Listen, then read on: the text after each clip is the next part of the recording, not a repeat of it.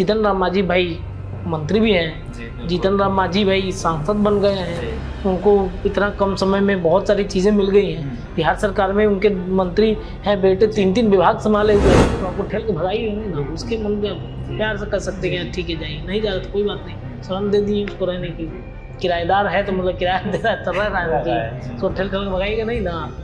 हाँ, तो ये चीज़ें हैं जीतन राम मांझी ये गिरिराज सिंह ऐसे कर रहे हैं। तो जब आप उतरिए गांधी मैदान तो दिखाने के लिए 4 गो आदमी बैठा हुआ है, टेम्पू में फूक फूक के सुनाया जाता है कि फूकिए तो आप पिए हैं, आप पिए हैं, कोई पिए तो चले ना पिए, लेकिन उसका मान लीजिए आप फूकिएगा, 10 आदमी फूक रहा है, उसमें बीमारी फैलेगा कि नहीं फैलेगा। अब जहाँ से पी के लोग आ रहे हैं वहाँ पे आप छापा मारिए ना जाकर, वहाँ पर तो जाते ही नहीं, वहाँ पे तो जेबे नहीं करिएगा, मारेगा ऐसा मारे माफिया सबकी धड़धड़ाई भागे कहेंगे हम पुलिस हैं, तो कहेंगे पुलिस वाले कुछ है, हम तो कुछ बुझबे नहीं करते हैं। अब देखिए प्रशांत किशोर एक बात शराब पर कह रहे थे कि आरजेडी वाले जब नीतीश के साथ रहते हैं तो कहते हैं शराबबंदी अच्छी है, बीजेपी वाले जब नीतीश के साथ रहते हैं तो कहते हैं शराबबंदी अच्छी है, जब अलग होते हैं तो कहते हैं कि नहीं सबसे बेकार है, चालू कर देना चाहिए, इस पर समीक्षा होनी चाहिए। यही भी जज्बात बदल देते हैं। हाँ, वक्त बदल दिया जज्बात। पनोरमा ग्रुप, जो सोचता है वो करता है। नमस्कार, भारत लाइव देख रहे हैं आप, और यह है हमारा खास कार्यक्रम रातों रात, जहां हम लोग करते हैं बिहार के राजनीति में हो रहे चर्चे की। और आप ही के कुछ सवाल हैं जो हमारे सहयोगी हमारे साथ अभी बैठे हुए रत्नेश जी, उनसे जानेंगे कि उसका आखिर जवाब क्या है। तो रत्नेश जी, सबसे पहले हमारा ये सवाल है कि मांझी एनडीए से फरार, आखिर क्या मामला क्या है? देखिए मामला ये है कि मांझी एनडीए से फरार हो गए हैं। अब आप कहेंगे कहाँ, बिहार में फरार हो गए हैं, क्या हो गया है? तो आपको बता दें कि बिहार में 4 जगहों पर उपचुनाव हो रहा है, रामगढ़, तरारी, बेलागंज, इमामगंज। अब आप कहिएगा, दर्शक भी कहेंगे कि तो इसमें फरार होने वाली कौन सी बात है, क्या उनकी सीटें नहीं मिले उपचुनाव में? बिहार में उनकी जो उपचुनाव की जो सीट है जहाँ पे जीतन राम मांझी विधायक थे इमामगंज से, वहाँ पर उनकी अब जो है वो चूंकि सांसद बन गए हैं तो वो वहाँ पर उपचुनाव का सीट हुआ है, मतलब खाली हो गया, तो उपचुनाव हो रहे हैं वहाँ पे। जीतन राम मांझी बिहार में उन 4 सीटों पर जो उनकी सीट है, जो उनकी सिटिंग सीट है, वहाँ पर वो चुनाव लड़ रहे हैं। वहाँ पर उनकी जो बहू है दीपा मांझी, जो संतोष सुमन की पत्नी है, उनके बारे में चर्चा हो रही है। हालांकि अभी तक ऑफिशियली अनाउंसमेंट नहीं हुआ है, आज हो सकता है कि हो जाए। कल ही हम संतोष सुमन से बातचीत कर रहे थे, वो कह रहे थे कि हम शाम तक बता देंगे। अभी तक मतलब आया नहीं, सुबह हो गया है, लेकिन अब देखते हैं कि आज शायद कुछ करें तो हो सकता है कि मतलब आए कुछ बात निकल करके।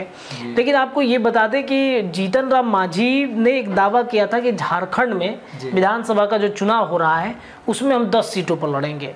अब कल तो सीट बंटवारा हो गया, भारतीय जनता पार्टी को 68 सीटें मिली हैं, जनता दल यूनाइटेड को 2 सीटें मिली हैं, चिराग पासवान की तो भाई बहुत बड़ी जीत हो गई, 1 सीट मिल गई उनको। बिहार के बाद झारखंड एक ऐसा राज्य है जहां एनडीए में रहते हुए चिराग पासवान ने 1 सीट मनवा लिया। यही जदयू नहीं मनवा पाई थी, 2021 की बात है जब यूपी में विधानसभा का चुनाव हो रहा था। तो यानी कि अभी तो चिराग पासवान की लॉटरी लग गई है। कल मैंने खबर भी किया था, दर्शकों को बताया था। तो इसमें चिराग पासवान कहीं है ही नहीं, ना तो उपेंद्र कुशवाहा है, और ये रहेंगे भी क्यों? जैसा कि कल हम देखिएगा, कल बाबा के साथ चर्चा हम लोग कर रहे थे तो उसमें ये भी हम कह रहे थे कि चिराग तो वहाँ पे जाके वो बैठक कर रहे हैं, चिराग का एक्टिविटी दिख रहा है। जीतन राम मांझी पार्टी की कितनी एक्टिविटी दिखी? एक मुश्किल से 1-2 बार झारखंड गए होंगे, वहाँ पर उनका संगठन भी उतना ज़्यादा मजबूत नहीं है। उनको लगता है कि गया के बाद बाकी जो धीरे धीरे जिले आएंगे उसके बाद झारखंड सटे हुए हैं, वहाँ पर उनकी जाति की वोट हो जाएंगे, तो ये मुश्किल है, नहीं हो सकता है। तो जीतन राम मांझी भले अब चिराग को मिल गया तो भाई बेचैनी तो बढ़ेगी, चिराग को मिला है तो भाई उपेंद्र कुशवाहा, हालांकि उपेंद्र कुशवाहा इसको लेकर के कुछ भी नहीं कह रहे हैं। उपेंद्र कुशवाहा अपनी राजनीति अच्छे से समझते हैं कैसे करना है, उन्होंने इस पर कुछ भी दावा नहीं किया। उपेंद्र कुशवाहा ने कह दिया कि हाँ चलिए ठीक है, हम समर्थन करेंगे, कोई दिक्कत नहीं, हम चुनाव लड़ेंगे। लेकिन जीतन राम मांझी की मुश्किलें बढ़ी हैं और इस वजह से वो लगातार दबाव डाल रहे थे पिछले कई बार। तो लोगों के जहन में उठ रहा है कि क्या विधान, अब देखिए इसमें क्या है, झारखंड में वो भले मान जाए, बिहार में नहीं मानेंगे। बिहार में वो कहेंगे कि नहीं, हमको जितनी सीटें मतलब 6 सीटें हैं तो वो 10 पे दावेदारी कर देंगे। चिराग को 1 मिल गया तो हो सकता है चिराग को कम भी हो जाए, लेकिन ऐसा होगा नहीं, ये निश्चिंत रहिए कि चिराग की सीटें कम नहीं होंगी। इस वजह से ऐसा लग रहा है कि जीतन राम मांझी एनडीए से फरार हो जाएंगे, लेकिन होंगे नहीं। जीतन राम मांझी भाई मंत्री भी हैं, जीतन राम मांझी भाई सांसद बन गए हैं, उनको इतना कम समय में बहुत सारी चीज़ें मिल गई हैं। बिहार सरकार में उनके मंत्री हैं बेटे 3-3 विभाग संभाले हुए हैं, तो जीतन राम मांझी कहीं नहीं जाएंगे। हाँ बस ये प्रेशर पॉलिटिक्स है, जीतन राम मांझी प्रेशर पॉलिटिक्स करेंगे अपने पार्टी की तरफ से। लेकिन झारखंड में मुझे नहीं लगता कि कुछ सीटें मिलेंगी भी तो ये मतलब एक सीटें मिल सकती है, लेकिन मुझे नहीं लगता कि मिलेंगी। ये भले दबाव डालने की कोशिश की जाए। दूसरा ये है कि गिरिराज सिंह ने लगाई क्लास। देखिए गिरिराज सिंह हिंदू को बचाने निकले हैं जी।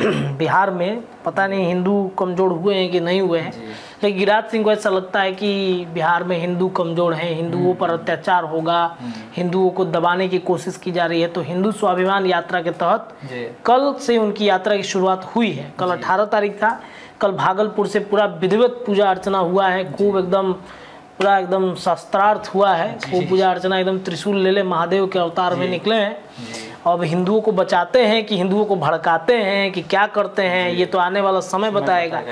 अब इससे क्या है कि भले कहे ना कहे, लेकिन नीतीश कुमार नाराज बहुत चल रहे हैं। अब भले बीजेपी ये कहे कि नहीं इससे हमारा कोई लेना देना नहीं है, अरे भाई तो नहीं लेना देना है तो रोक दीजिए। यही काम लोकसभा 2024 में किया गया था उपेंद्र कुशवाहा के साथ में, जब पवन सिंह को उतार दिया गया वहां पर और वक्त रहते कार्रवाई नहीं हुई। रवि किशन से लेकर मनोज तिवारी तक सब कोई आकर चला गया। पवन सिंह तो हमारे भाई हैं, पवन सिंह पर हम कुछ नहीं बोलेंगे। आखिरकार बीजेपी चाहती क्या है अपने साथी दलों के साथ में? नीतीश है तो अस्थिर से रखना क्यों नहीं चाहती नीतीश कुमार को? नीतीश कुमार गिरिराज सिंह पर काफ़ी नाराज चल रहे हैं। और आपको दर्शकों को सबको पता है कि मुसलमानों के लिए नीतीश कुमार ने क्या क्या नहीं किया है। और उस मुसलमान के बारे में गिरिराज सिंह कल कह रहे थे कि जब मतलब एक जवाहरलाल नेहरू की बात वो दर्शा रहे थे, अंबेडकर की बात दर्शा रहे थे। अंबेडकर ने कहा जवाहरलाल नेहरू से कि आप अगर मुसलमान पाकिस्तान के हैं तो पाकिस्तान चले जाना चाहिए, उनको पाकिस्तान के हिंदुओं को यहाँ आ जाना चाहिए। जवाहरलाल नेहरू ने बातें नहीं मानी और इस वजह से ये स्थिति उत्पन्न हो गई है। अब बताइए किस तरीके से, मतलब इसको क्या कहेंगे? थोड़ा सा माचिस मारे हैं ना, इससे क्या होगा? तिली तो मारे हैं, भड़काव तो होगा। अब आपको ये पता है कि आडवाणी का एक जो रथ आया था किस तरीके से लालू यादव ने रोक करके धार्मिक उन्माद जैसी चीजों को रोका। अब गिरिराज सिंह जा रहे हैं उस इलाका में जिस इलाका में वो मुसलमानों का गढ़ कहा जाता है। वो सीमांचल के इलाके में आप चले जाइए, सुपौल से पकड़िए, उधर पूर्णिया, कटिहार, सब जगह, कटिहार तो खैर गढ़ ही। अब उस इलाके में जाके हिंदुओं को एकजुट करेंगे और वहाँ पर क्या होगा? एक दूसरे के मन में भ्रांतियां फैलेंगी, एक दूसरे के मन में एक दूसरे के प्रति कटुता आएगी। ये कभी नहीं होना चाहिए। मुझे लगता है कि अगर चलिए जो भी है हमारे साथ है, देश भर में सब मिलजुल के रहें, सब मिलजुल के रहें, अच्छी बात है। इस तरीके की कटुता होनी नहीं चाहिए। हमारे ठीक है, अब मान लीजिए कि हमारे घर में कोई आ गया, मेहमान आ गया, रह रहा है, तो आपको ठेल के भगाइएगा नहीं ना, उसके मन पे प्यार से कर सकते हैं ठीक है जाइए, नहीं जा रहे तो कोई बात नहीं, शरण दे दिए उसको रहने के लिए। किराएदार है तो मतलब किराया दे रहा है तो रह रहा है जी, तो ठेल के भगाइएगा नहीं ना। हाँ, तो ये चीज़ें हैं। जीतन राम मांझी ये गिरिराज सिंह ऐसे कर रहे हैं, तो मुझे तो डर है कि ऐसा ना हो कि कहीं मतलब विवाद उत्पन्न हो जाए, नीतीश कुमार अलग हो जाए और बीजेपी के लिए 2025 विधानसभा बड़ा मुश्किल हो जाएगा अगर इस तरीके की होती है। गिरिराज सिंह के रथ को नहीं रोका गया तो ये अश्वमेध का रथ जो है अगर किसी ने नहीं रोका तो समझिए कि कुछ ना कुछ नीतीश कुमार खेल कर जाएंगे। और ये है कि मच गया भयंकर बवाल। आखिर कौन सा बवाल है? जो बवाल तो मचा है बिहार में, और बवाल अभी और मचेगा। वो कहिए कौन सा बवाल मच गया? बवाल ये मचा है कि बिहार में जहरीली शराब कांड का तांडव पिछले 4-5 दिनों से लगातार चल रहा है। आज की रिपोर्ट है, कल की रिपोर्ट थी कि 49 लोग वहाँ पर हैं, लेकिन आज 49 से ज़्यादा की संख्या बढ़ गई है वहाँ पर। कई लोगों के आंखों की रोशनी चली गई है। सिवान से छपरा से पकड़िए, गोपालगंज चल जाइए, पूरा यूपी से सटा हुआ बॉर्डर है। छपरा भी सटा हुआ है बलिया से, इधर सिवान तो खैर है ही सटा हुआ, गोपालगंज तो समझिए कि यूपी का ही कुछ इलाका है वो, समझिए। तो गोपालगंज में फिर उधर चल जाइए, मोतिहारी, नेपाल, सब क्या है, बॉर्डर से सटा हुआ इलाका है। अब ये जहरीली शराब कांड का तांडव बार बार मचता है। मुझे याद है साल 2022 की वो घटना याद है, यही नवंबर का महीना था जब दिवाली बीता था, छठ की तैयारी लोग कर रहे थे। अचानक से जहरीली शराब कांड का तांडव ऐसे मचता है। एक पूजा हुआ, पूजा में लोग पूजा करके निकले, होता है ना निशा पूजा ये सब होता है, करके निकले दिवाली में, पता चला पार्टी करने चले गए, स्प्रिट गला करके शराब बनाया गया था। और कौन बनाया था? उसमें भी थानेदार का ही हाथ आया था जी। उसमें भी थानेदार कंटेनर का कंटेनर बेच दिया था। थानेदार सस्पेंड हो जाते हैं, सिपाही सस्पेंड हो जाता है। अरे थानेदार सिपाही क्या है, आप दरोगा जो बैठा हुआ है थाना में उसी के कहने पे न जा रहा है, सब कुछ हो रहा है, दरोगा के पॉकेट गर्म हो रहे हैं, दरोगा को सस्पेंड कीजिए ना।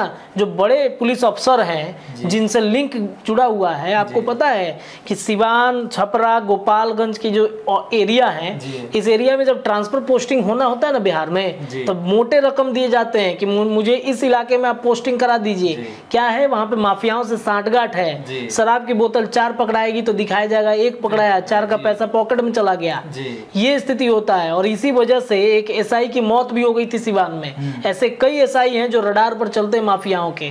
तो ये जब तक थाना, दरोगा इस सब को नहीं कंट्रोल किया जाएगा ना, तो बिहार में यही अब कहिए कि आप झूठ बोल रहे, सच्चाई जाइए ना, आप स्ट्रिंग कर लीजिए, कोई भी आम आदमी जाइए स्टिंग कर लीजिए आप जा करके, आपको सच्चाई पता चल जाएगी कि क्या स्थिति चल रहा है इस वक्त बॉर्डर इलाका में।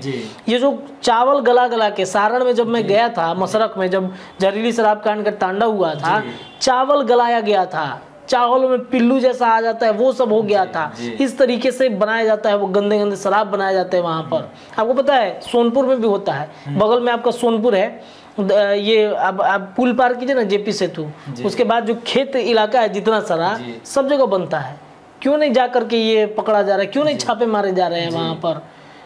ओवर ब्रिज पर आप उतर के आइए उधर से, जेपी सेतु से जब आप उतरिए गांधी मैदान, तो दिखाने के लिए 4 गो आदमी बैठा हुआ है, टेम्पू में फूक फूक के सुनाया जाता है कि फूकिए तो आप पिए हैं, आप पिए हैं, कोई पिए चाहे ना पिए, लेकिन उसका मान लीजिए आप फूकिएगा, 10 आदमी फूक रहा है, उसमें बीमारी फैलेगा कि नहीं फैलेगा? अब सिपाही को लगता है कि बहुत बड़ा डीजीपी है वो, सिपाही से बतियाइए ना, टड़िया के बतियाएगा वो आपसे, लगता है कि डीजीपी है बिहार के, यही मुख्यमंत्री है बिहार का। फूके, तुम क्या नहीं फूकते हो? उनसे पूछिए कि आप क्या फूकिएगा? जो जेपी सेतु पे जो बनाया गया है ना छोटा सा पॉइंट, उसके पीछे जाके देखिएगा ना तो 4 पेटी रखल रहता है वहां पे। ये कौन जाएगा समझाने के लिए? ये जो स्थिति है कि वो अब पुल से आप आ रहे, उधर से कोई पी के आ रहा है जी, जहाँ से पी के लोग आ रहे हैं वहां पे आप छापा मारिए ना जाकर। वहां पर तो जाते ही नहीं है, वहां पे तो जेबे नहीं करिएगा, मारेगा ऐसा मार, माफिया सबकी धड़धड़ाई भागे, कहे कि हम पुलिस हैं, तो कहे कि पुलिस वाले कुछ है, हम तो कुछ बुझबे नहीं करते हैं तुमको। ये स्थिति है बिहार में। और जो सिपाही सब है, जो दंडाधिकारी सिपाही, तो लगता है कि डीएम हम ही हैं इस एरिया के। टेम्पू उधर से आता है, इतना मतलब बताइए, उसमें महिलाएं बैठी रहती हैं, कौन कौन उसमें बैठे लोग रहते हैं, इतना अभद्र भाषा का प्रयोग वहाँ पर किया जाता है। मुझे लगता है वहाँ पर चेक ही नहीं करना चाहिए उस जगह पर। कितना टाइम वेस्ट होता है पता है? लोग आते हैं कि चलो जल्दी जल्दी हम अपना काम निकालेंगे, 10-15 मिनट रुकवा देता है वहीं पर, और उसके बाद नहीं तो टेम्पू वाला को परेशान करेगा। फूकिए, फूकते रहिए, बीमारी लेते रहिए, फूकते रहिए वहां पर। तो ये स्थिति है। और जहरीली शराब कांड की वजह से हाहाकार बिहार में मचा है। और नीतीश कुमार, अब आप पूछिए कि नीतीश खूब मस्त क्यों रहे, तो तेजस्वी यादव कल इस पर एक ट्वीट किए थे, जो पटना जंक्शन पे बना है एक बहुत बड़ा मतलब बस स्टॉप बन रहा है वहाँ पर, वहीं से सारे बस, वहीं से सारे टेम्पो वगैरह खुलेंगे पटना के लिए।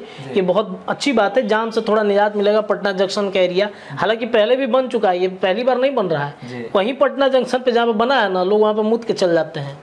हनुमान मंदिर के ठीक सामने बना हुआ है, और वहाँ पे क्या पेशाब खाना बना दिया है उन लोगों ने। उस एरिया से जब आप घुसिएगा निकलिएगा तो इतना बदबू मारेगा। मुझे तो ये आश्चर्य होता है कि न्यास बोर्ड बगल में, हनुमान मंदिर का मंदिर ठीक सामने, इतना महकता है। महिलाएं नाक दाब के जाती हैं, आंख बंद करके जाती हैं वहां पर। और ये सब कौन के? टेम्पू वाले जो है ना वहां पर, वही लोग सबका लत लगाए हुए हैं। तो ये मुझे, अगर ये सच में चालू हो जाता है, नीतीश कुमार का वो जो बस स्टॉप बना है वो सच में अगर चालू हो जाता है, तो ये जाम से निजात मिलेगा पटना जंक्शन का। वहां पर पूरा एरिया, वहां पे गए थे नीतीश कुमार कल, मुस्कुरा के एकदम घूम रहे थे, फिर तो उस पर तेजस्वी ने ट्वीट कर दिया कि बताइए ये बिहार में तांडव मचा है, मुख्यमंत्री जी हंस रहे हैं। तो तेजस्वी जी आप ये बताइए कि आप भी तो थे 2022 वाले प्रकरण में, आप थे उस समय, तो कह रहे थे कि नहीं, नीतीश कुमार ने कहा कि जो पिएगा वो मरेगा, तो तब तो आप बड़ा समर्थन कर रहे थे।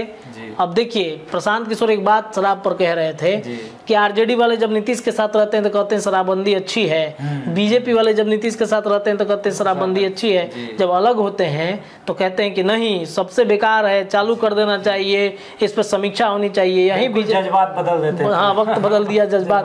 अब बताइए, यही विजय सिन्हा है, मुझे याद है मैं जब गया था रिपोर्टिंग करने के लिए मसरक वाले कांड में, बाप रे बाप, ऐसा लग रहा था जैसे कि अभी के अभी विजय सिन्हा एकदम मार चालू करा देंगे सारा, अभी के अभी समीक्षा बैठक कर देंगे, सरकार में आ जाएंगे तो माफियाओं का राज खत्म हो जाएगा, गुंडागर्दी खत्म हो जाएगी। कहाँ गए माफिया, किधर हैं माफिया? तो घूम रहे हैं आपके सिवान में, छपरा में, उसी सारण में, उसी जगह पर, उसी इलाके में। फिर 2 साल बाद वही घटना हुई है, 50 लोग से ज्यादा मरे हैं। आपको पता है उस समय कितने लोग मरे थे? आंकड़ा दिखाया गया था 78 लोगों का। उस समय मैं जाके ग्राउंड पे देखा हूँ, 200 लोग मरे थे उस वक्त, 200 लोग। ये आंखों देखी आंकड़ा है जी। वहाँ पे 200 लोगों की मृत्यु हुई थी। गांव में घुसिएगा ना, जैसे ही गांव में एंट्री हम कर रहे थे, यहाँ एक बॉडी पड़ी हुई है, वहाँ जाइए वहाँ 2 बॉडी पड़ी हुई है, वहाँ जाइए वहाँ 3 बॉडी पड़ा हुआ है। ये स्थिति हो गई थी इस वक्त। तो विजय सिन्हा जी अब तो फिल्म मतलब बन गए, कला संस्कृति युवा विभाग के मंत्री बन गए, तो भाई फिल्म बनाएंगे बिहार में, फिल्म बनवाएंगे वहाँ पर। अब देखते हैं कि वो फिल्म नीति भी उनका सक्सेस करता है, क्योंकि बिहार में कई नीतियाँ बनी हैं। कल ही मनोज तिवारी से लेकर रवि किशन से लेकर बड़े बड़े दिग्गजों को बुलाया गया था वहाँ पर। कहा कि लोकल कलाकार को भाई मौका मिलेगा, देखते हैं लोकल कलाकार को कितना मौका मिलता है। कलाकारी दिखाने का मौका है अब है जी, दिखा दीजिए। यही समय है, एक्टिंग करना है तो कर लीजिए। विजय सिन्हा जी पैसा ही दे रहे हैं आपको, हमारे दर्शक भी देख रहे हैं। हाँ, तो वो भी कोशिश करेंगे, देखते हैं कितना सक्सेस होता है। मैं तो जब देखिए, मैं भी थिएटर लाइन से जुड़ा हुआ हूँ, साल 2014 से जुड़ा हुआ हूँ। कितने सरकार 2-3 बार तो हम देख लिए नीतीश कुमार के अलग अलग मंत्री कला संस्कृति युवा विभाग के बने, मार एकदम पूरा एकदम हुआ कि अरे फिल्म नीति बनेगा, ये बन 4 दिन एकदम रहता है। हाँ, बना 3 बार तो हम ही देख लिए, 3 बार बना फिल्म नीति, कुछ हुआ ही नहीं, सब्सिडी मिला ही नहीं। अब बताइए, मैं आपको बताता हूँ फिल्म नीति और बिहार में फिल्म निर्माण को लेकर के क्या सोच है। ये मेरा सेल्फ एक्सपीरियंस है, शॉर्ट फिल्में वगैरह मैं भी बनाते रहता हूँ। हमारी एक टीम गई थी, ये साल 2019 की बात मैं बता रहा हूँ, यहीं पटना के ये जो घाट है आपको NIT घाट, वहाँ पे हम लोग रात के 12-1 बजे करीब में शूट कर रहे थे। अब नाइट का लोकेशन है तो हम लोग जाएंगे, जाहिर सी बात है। शूट कर रहे थे तो वहाँ पर क्या हुआ कि मतलब कुछ असामाजिक तत्व आते हैं, कमेंटबाजी शुरू। अब एक्ट्रेस रहेंगे आपके साथ, हीरोइन रहेंगे, तो जाहिर सी बात है वो सब करेंगे। तो हम लोगों ने इग्नोर किया, हम लोग शूट हम लोग कर लेने दीजिए, छोड़ी जाने दीजिए। तो वहाँ पर भाई ये हुआ, फिर वो कैमरा वैमरा छीनने झपटने लगे। तो हम लोग हम फ़ोन किए, मतलब पुलिस को फ़ोन करते हैं, भाई तुम क्या समझ रहे हो, 112 मतलब पुलिस को फ़ोन किया गया। उस समय पुलिस आई, हालांकि उस समय तो मामला शांत हो गया, हम लोग को भी थाना ले जाया गया, कुछ लोगों को पकड़ा भी गया। तो पुलिस बोली कि अरे काहे का आप लोग फिल्म उलिम शूट करते हैं यहाँ पर, फिल्म उलिम बनाना, जाइए बॉम्बे दिल्ली जाइए। अब बताइए, ये स्थिति है बिहार का। एक छोटा सा कोई फिल्म मेकर अगर फिल्म बनाता है तो कल तो बोले हैं विजय सिन्हा जी की सिक्योरिटी देंगे, बजाता हूँ टीवी पर दिखाए हैं, सिक्योरिटी देंगे, रहने का व्यवस्था रहेगा, सब्सिडी दिया जाएगा। सबसे पहले तो सिक्योरिटी जरूरी है। अब देखते हैं कि अब किसको सिक्योरिटी मिलेगा। छोटे जो फिल्म मेकर है उनको नहीं मिलेगा, आएंगे मुंबई से प्रोडक्शन वाले आएंगे ना, बड़े जो आएंगे उनको मिलेगा सिक्योरिटी, आपको हमको नहीं मिल सकता है। कहे जाओ बॉम्बे दिल्ली जाके फिल्म शूटिंग करो। लेकिन उनका कहना है कि छोटे कलाकारों को भी मौका देंगे, देखते हैं मौका, ये भी देख लेते हैं। चलिए ये भी हम देख लेते हैं कि क्या सक्सेस हो रहा है, क्या नहीं हो रहा है। ये नीतियाँ बनती हैं, ध्वस्त हो जाती हैं, फिर नई सरकार आती है, फिर नीतियाँ बनेंगी। अब बताइए ना, आप जाइए ना फिल्म विभाग में जाइए, तो वहाँ पर कोई डायरेक्टर अगर जाता है तो सब्सिडी का प्रोसेस है, कहेगा कि पहले स्क्रिप्ट पढ़ाइए। कहीं प्रावधान नहीं है कि आप स्क्रिप्ट पढ़िए। कैसे हम पढ़ा दें, क्यों पढ़ा दें आपको स्क्रिप्ट? आप कौन है कि हम आपको स्क्रिप्ट पढ़ाएं? फिल्म देखिए, फिल्म देख करके आप भले जो सर्टिफिकेट देना है वो दीजिए, कटिंग छटिंग कराइए, करने के लिए तैयार हैं। स्क्रिप्ट क्यों देंगे? मान लीजिए कि कहीं भरोसा करके दे दें, कहीं लीक हो गया, कहीं आप ही कहिए कि ये प्रोड्यूसर है हमारे पास, चलिए इस पर फिल्म बना देता है, तब तो हमारा लिखा और हमारा बनाया हुआ सारा फेल हो जाएगा, क्या फायदा? तो ये स्थिति है बिहार में। जहरीली शराब कांड का तांडव मचा है। नीतीश कुमार से लेकर के सारे मंत्रियों को ध्यान देना चाहिए। विजय सिन्हा हो, सम्राट चौधरी हो, सबको इस पर एग्रेसिव होकर बातचीत। मीटिंग हो गई, नीतीश कुमार ने मीटिंग बुलाया, मीटिंग क्या हुआ मीटिंग का?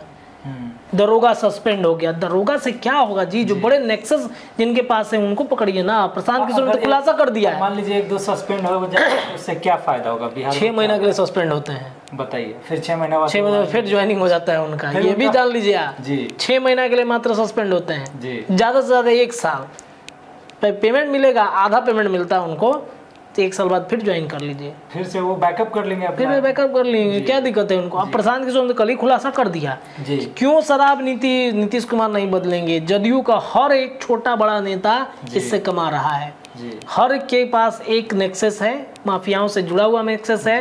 रोज रात को जाम छलकाता है, रोज रात बंद कमरे में करे कहीं करे छलकाता। जीतन राम मांझी ने भी खुलासा किया है, उन्होंने तो कितने बड़े बड़े लोगों का नाम ले लिया कि भाई इन्होंने पीते हैं रात के अंधेरे में जी। तो क्यों बंद करेगा? जाहिर सी बात है क्यों बंद करेगा कोई? तो ये स्थिति, और मुझे लगता है कि जहरीली शराब कांड का नेक्सस जो है ना वो तोड़ना बहुत जरूरी है, नहीं तो उसके वजह से बिहार सच में बर्बादी की तरफ जा रहा है। और जिस महिला वोट बैंक की बात नीतीश कुमार करते हैं वो महिला वोट बैंक मुझे नहीं लगता है कि अब इस तरीके से अगर होगा लगातार जी तो मिल सकते, ध्वस्त होगा नीतीश कुमार का वोट बैंक। तो चलिए रातों रात में फिलहाल इतना ही। उम्मीद करते हैं जितने भी आपके सवाल हैं उनके जवाब हमारे सहयोगी ने दिए होंगे। अगर आपके पास कोई और भी सवाल हो तो हमें कमेंट जरूर कर सकते हैं। अगर आप हमारे चैनल पर नया हैं तो हमारे चैनल को सब्सक्राइब करें, लाइक करें। तब तक के लिए धन्यवाद। पनोरमा ग्रुप, जो सोचता है वो करता है। अगर ये वीडियो पसंद आई और वह बिहार के राजनीति और बिहारियत से सरोकार रखेनी तो सब्सक्राइब बटन दबा के चैनल के सब्सक्राइब कर ली। ओजे एगो घंटी बा, ओकरा बटन दबा देला से कुल सटीक और मारक खबर रुआ मुफ्त में मिल जाई।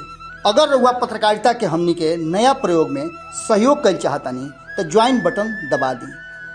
पेटीएम नंबर नोट कर ली 9386816700। धन्यवाद।